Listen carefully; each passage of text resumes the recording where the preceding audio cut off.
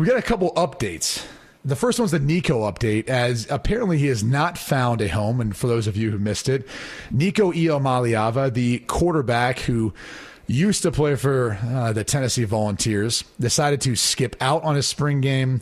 This launched into this whole chaotic scenario in which the University of Tennessee decided to move on from Nico Iamaleava and his camp, if you will. But apparently reports surfaced that this had been going on for a while. This actually, the negotiations to get paid more than what he was contracted to get paid for were actually going on before the playoffs this past year. And it obviously came to a head at some point before the spring game. Now Nico Iamaleava, who, look, not necessarily him himself, but his dad, his family, his agent, may have overplayed his hand as he has not found a home. Similar to, for example, former California running back, now Oklahoma running back, Jaden Ott, one of the better running backs in college football, hit the transfer portal and immediately found a destination and a home in the Oklahoma Sooners. So keep an eye for Jaden Ott. He will be a guy we talk about playing on Sundays at the NFL level. But back to Nico, it appears that he's not even going to be able to find a suitor or a team that wants to pay him $4 million. Forget $4 million. They don't want to pay him $2 million. Reportedly, there's a number of teams, UCLA, Tulane happen to be the two named teams that are waiting to see if the asking price for Nico's services will go down to that $1 million mark. And I would just quickly say this, LaVar. I think this is actually good for college football. And unfortunately, Nico Iamaleava, his agent, his family has to take the brunt of this. But this is also the other side of trying to leave to go get paid more elsewhere and trying to leverage whatever leverage you think you have against some of these teams or against that collective or coach, what have you. And this is the other side of it, where the grass isn't always greener. This is sometimes how it works out. And so as much as we look at this and go, oh my gosh, college football, it's so chaotic, this is kind of also how free markets work. Like, he decided to hit the free market to basically become a free agent. And he did it in a way that I think tarnished or hurt his reputation a little bit. And now it's come to a place where he's realizing what his market value is.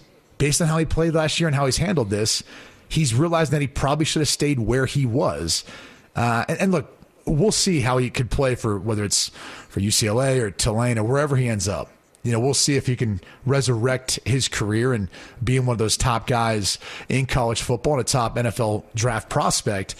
But the reality is, as of right now, he's still yet to find a home. And this is a long departure from probably what him, his family, and his agent was thinking a week ago. It's hard as hell to be a starter at any position in a Power 5 situation. And if you're at a top program, an elite program, a blue blood program, you're talking about a school where Peyton Manning started. You were a starter. That's first and foremost. Like, you can't take for granted getting into a college situation and having the opportunity to start. Like that, I think that gets lost in all of this. That's first and foremost. Secondly, you asked me yesterday on the show, is this good or bad for college football? I think it's good. I think it's great for college football, and I think it's great for the student athlete as well. It is now a reference point. You hate for it to be at the expense of any player in the wrong way, the wrong direction. We'll see how it ultimately plays out for Nico. But, I mean, it's at his expense that you now have a situation that begins to give clarity on how the approach should be. If the rules don't change as of right now, you got to look at what just happened with Nico, and you got to say to yourself, the markets are starting to establish themselves in a way where, do you want to be on the wrong side of a guesstimation of thinking that your value is this because of this player over here, this player over here, and this player over here? Like, okay, you look at the kid that leaves Georgia and goes to Miami, and he gets a pretty doggone good deal, and you're like, well, I'm as good as he is, and this, that, and the other.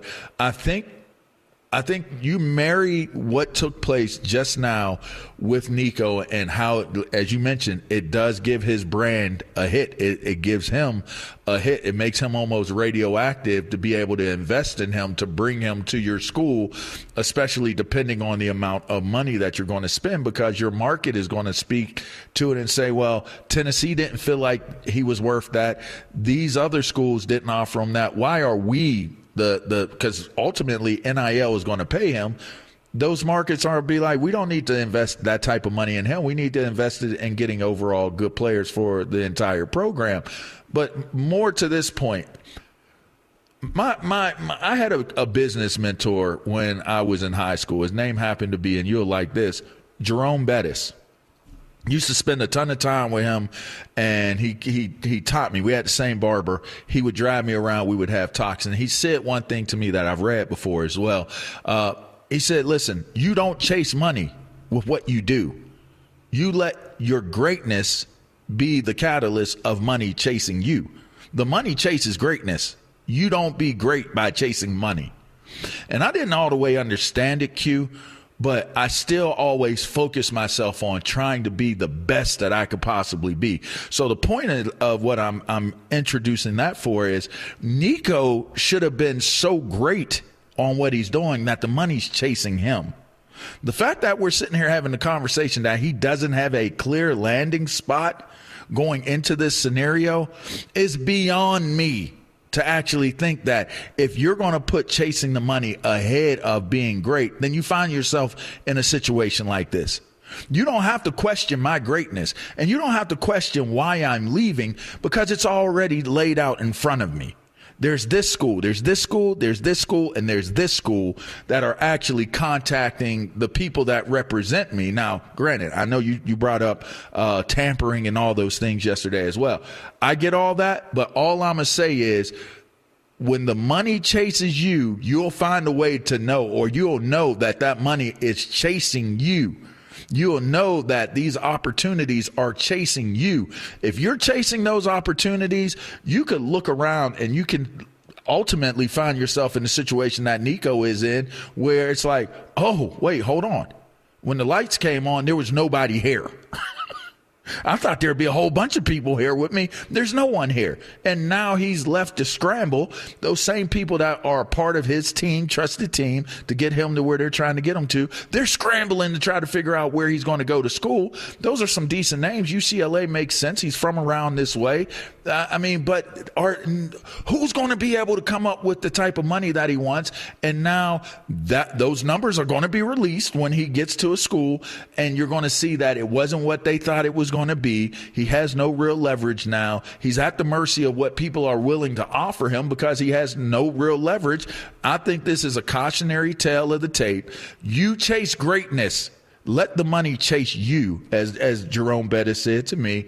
And the rest will work out for you. Keep it very simple, because once you get out of keeping it simple, it gets very complicated, and you can become a victim of creating complications. There's no blessings that can come within confusion. Now, that came from my dad, and that's a real thought. Do not think that blessings can come out of confusion, because blessings do not happen in confusion. And this is a confused state of situation that Nico and his team are in right now. Preach. There you go. Figure I give him a tad bit of church, just a touch Big of Mike, church. and obviously former Notre Dame legend in Jerome Bettis, always providing some good insight, talking to Jerome. So we'll see. We'll keep everyone up to date on what happens with Nico Iamaleava, and again, just so people don't confuse the messaging here, this young man's talented. He's capable of being a guy that we talk about as being a top 10 pick. He is no doubt about it. You look at his rankings coming from high school as a 5-star. There's a reason why the University of Tennessee wanted to sign him to the contract they did. Now, the tape last year, some highs, some lows, and not as much production as you had hoped in between, especially for an offense that is conducive to putting up numbers. And, you mentioned earlier about the concern about it not being an NFL offense. Well, they knew that going into it. That's part of the due diligence you do when you're selecting different schools. So it's kind of funny now they bring that up after a few years of being there and saying, oh, it's not an NFL offense. Well, okay. You knew that. You've known that. You've been there. Like, you could have moved and done this before. So to your point about not making it about the money, it feels like maybe it was all about the money. And unfortunately, the money eventually runs out. In this case, it looks like it's beginning to.